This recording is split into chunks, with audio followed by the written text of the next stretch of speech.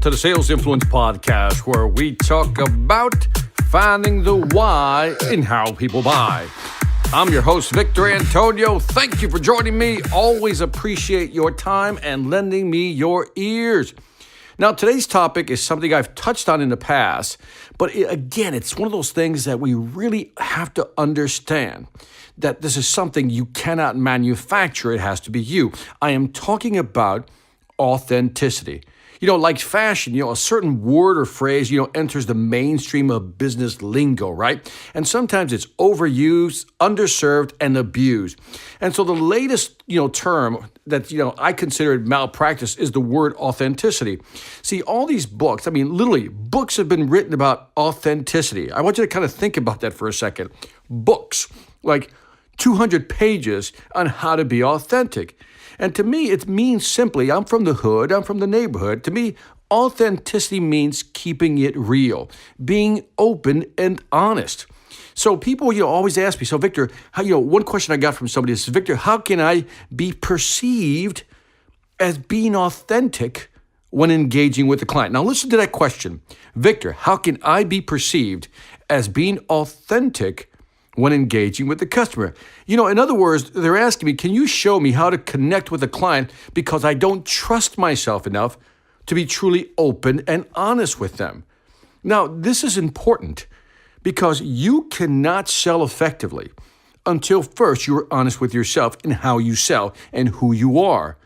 And again, the question is, how can I be perceived as being authentic when engaging with the customer? Translation, can you show me how to connect with a client? Because, this is the key phrase, I don't trust myself enough to be truly open and honest with them. This is a subtle trap.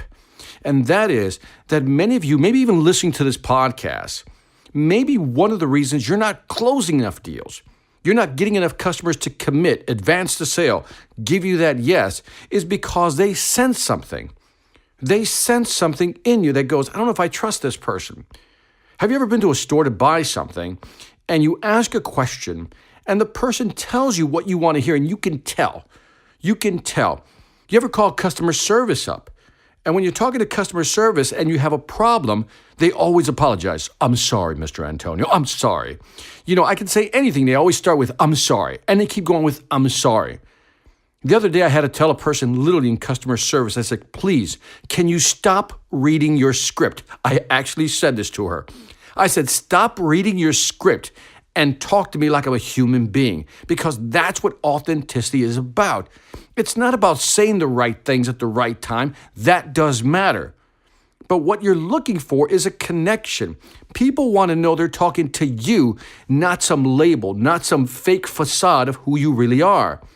And so when people ask me to teach them how to be authentic, they're already being inauthentic. They failed. They've already failed. And the only way they can ever be successful, and again, maybe it's you, is that you have to be your authentic self. Now, here's what I've learned, and I'm only giving you my perspective on selling. I have a lot of friends who sell, and each of them sells differently, especially the good ones. They sell their own way. And many years ago, when I started in selling, I wanted to sell like somebody else because I like that style. Ooh, I like the way they deliver that. I like the way they use PowerPoint. I like the way they do demo. And I realized something. And I remember I used to get depressed about this because sometimes I didn't have the verbal gift of being able to communicate things like they did. They would, sometimes, I have friends who are great sales guys and gals who can say things in a certain way, and I just listen in envy because, I'm not that eloquent. And I have my reasons, and I can invent them, but really, when I look at how they speak, they were raised in a different environment. I'll give you one example, but I won't tell you the person's name. I know a great sales trainer, and I've seen him talk to customers. And the way he talks, it's verbally just beautiful. The way he says things, the way he just frames the conversation. It's just beautiful. It's like if words could have flowers sticking out of them, this guy would be spitting them out. He'd be spitting out gardens. He is that good. He is that gifted. Now, When I asked him about his background, he told me he grew up in a very affluent neighborhood. He went to one of the best private schools. His parents were professionals. One was a lawyer, one was a doctor. So you can imagine his upbringing was at a certain level already. Now let me contrast that with mine. I'm from the hood.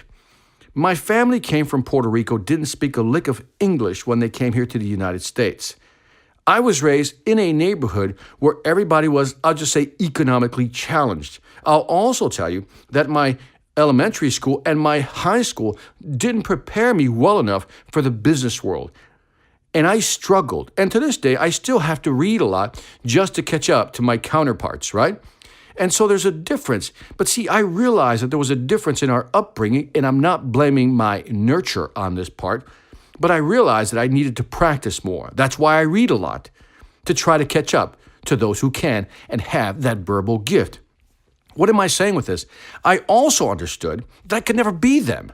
See, I could never say things like them because that's not how I was raised. See, I'm a very plain talker. I'm very to the point.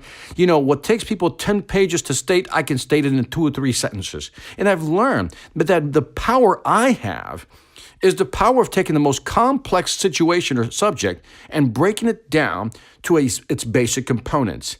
That is my gift. I realized that the reason I couldn't be flowery with my prose, the reason my lexicon was limited, was because my brain likes to simplify things. It likes to speak plainly and clearly and gets to the point.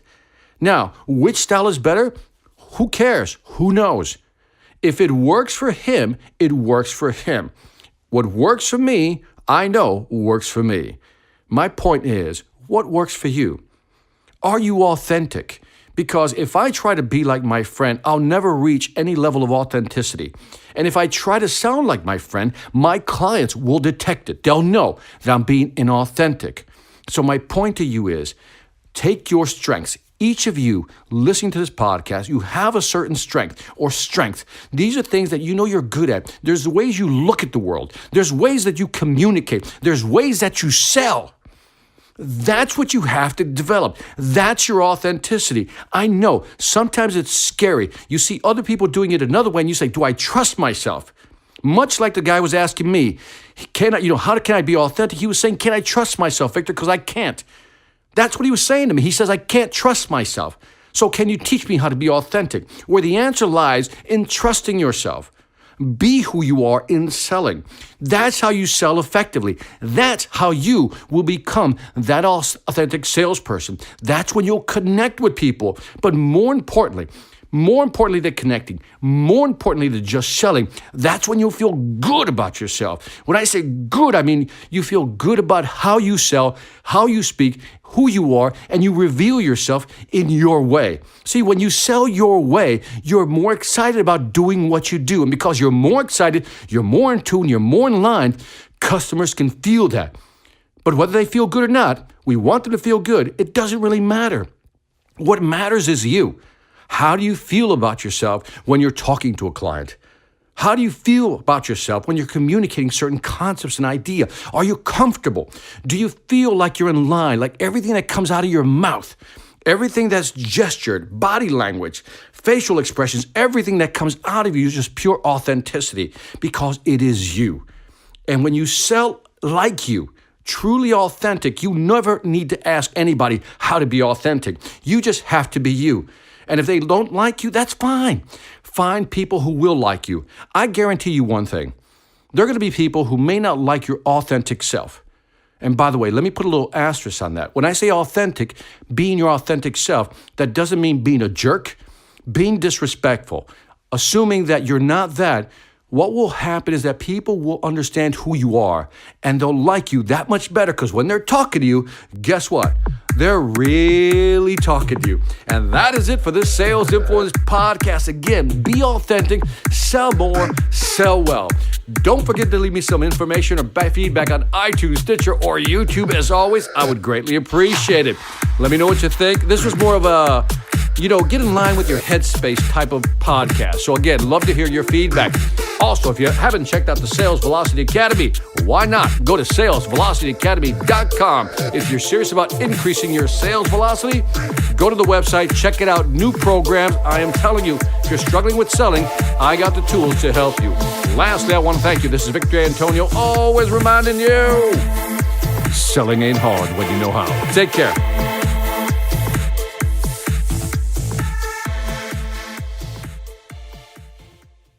Hi, I'm Victor Antonio. I'm an author, sales trainer, and keynote speaker. I'm often asked, what makes a great speaker? Is it someone who delivers real content that the audience can use? Is it someone who engages the audience so they're part of the learning experience? Or is it someone who can motivate an audience to push them beyond their comfort zone and discover new abilities? The answer is yes. But the most important thing to remember is that I'm not there to look good. I'm there to make my client look good. Simply put, it's never about me, and it's always about them.